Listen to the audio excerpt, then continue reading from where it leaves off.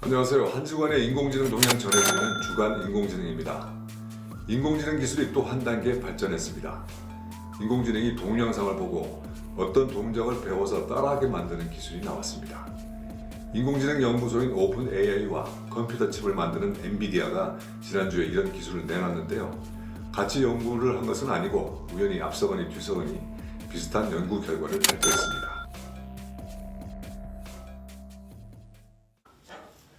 두 연구팀이 다 유명한 게임인 마인크래프트를 이용했습니다. 오픈 AI는 7만 시간 분량의 마인크래프트 게임 비디오를 이용해서 스스로 게임을 플레이하는 AI 봇을 만들었습니다. 방대한 양의 비디오를 학습 데이터로 사용해서 기계가 다양한 작업을 수행하도록 훈련하는 새로운 기술이 나온 건데요. 마인크래프트 AI라고 이름이 붙은 이 봇은 게임상의 나무배기, 도구 제작 등의 작업을 배워서 따라할 수 있습니다. 그동안 인공지능을 훈련시키는 데는 비디오 데이터를 쓰기 어려웠습니다.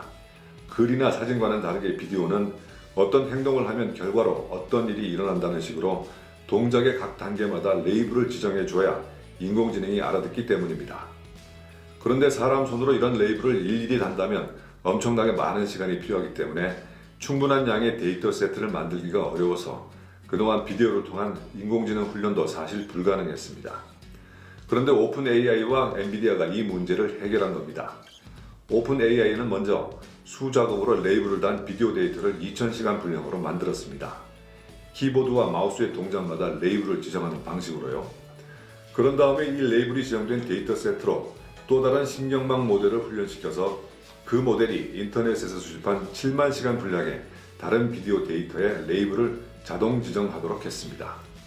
이어서 이 레이블이 지정된 데이터로 마인크래프트 AI 봇을 훈련시켰습니다.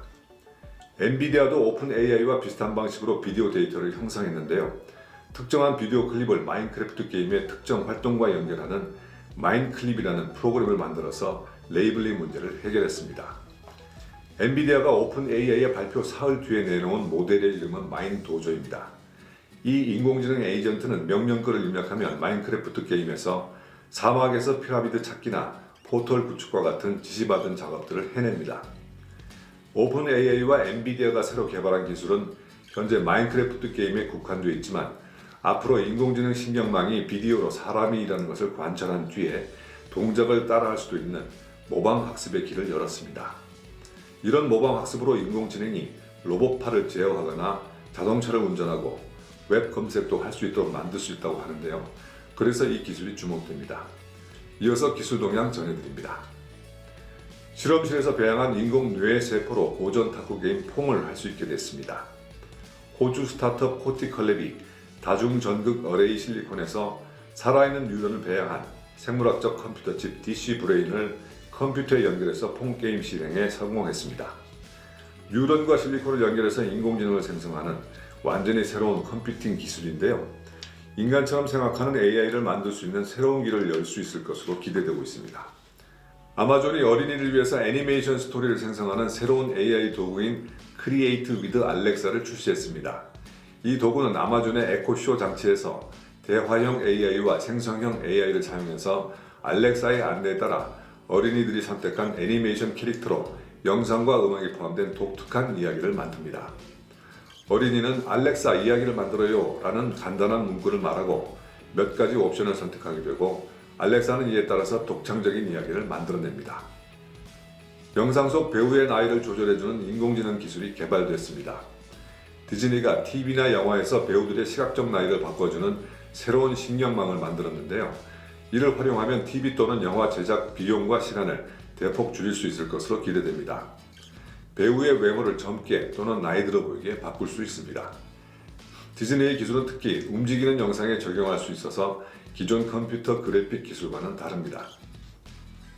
음악을 듣고 어울리는 춤을 만들어주는 AI 안무가가 나왔습니다. 스탠포드 대학 연구원들이 음악을 입력하면 이에 맞춰서 사실적이고 물리적으로 그럴듯한 춤을 만들어주는 AI 도구인 엣지를 공개했습니다. 엣지는 고품질의 안무를 만들어내기 위해서 음악 특징 추출기인 주크박스 모델과 이미지 생성 AI에 활용된 확산 모델을 사용합니다. 이어서 업계 주요 동향 전해드립니다. 사람이 레이블링하지 않아도 스스로 영상 속 객체를 식별할 수 있는 인공지능 기술이 한국과학기술원 연구진에 의해서 개발됐습니다. 안성진 전산학부 교수 연구팀이 미국 러커스 대학교와 함께 개발한 기술인데요. 안 교수 연구팀에 따르면 이 모델은 복잡한 영상에 등장하는 각 객체들에 대해서 명시적인 레이블링이 없더라도 식별해내는 세계 최초의 인공지능 모델이라고 합니다. 인공지능이 환경에 대한 관측만으로 객체의 개념을 스스로 학습하는 방식을 취하기 때문에 사람의 인식 과정과 비슷해서 차세대 인지 기술로 평가됩니다. 최근 AI 업계 이목이 한 소송에 집중되고 있습니다. 마이크로소프트 자회사 깃허브가 만든 상업용 코드 생성 AI 도구인 코파일럿을 둘러싼 소송입니다. AI 훈련 과정에서 다른 이들이 오픈소스로 공개한 코드를 가져다 쓰면서 개발자나 출처 명시 등의 라이선스를 지키지 않았기 때문에 불법 복제에 해당한다며 여러 개발자들이 집단 소송을 제기했는데요. 올 들어 주목받고 있는 생성 AI가 모두 이런 공개된 데이터를 기반으로 훈련됐기 때문에 이 소송은 생성 AI의 훈련 방식에 대한 근본적인 문제 제기로 해석될 수 있어서 법원의 판단이 주목되고 있습니다. 국내에서 메타버스 패션 행사가 처음 열렸습니다. 산업통상자원부가 지난 30일 서울 대치동 섬유센터에서 메타패션 출시 행사를 열었는데요.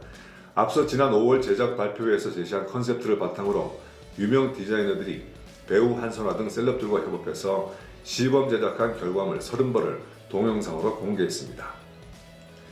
AI 이미지 생성기인 스테이블 디퓨전의 이미지 품질이 크게 개선됐습니다.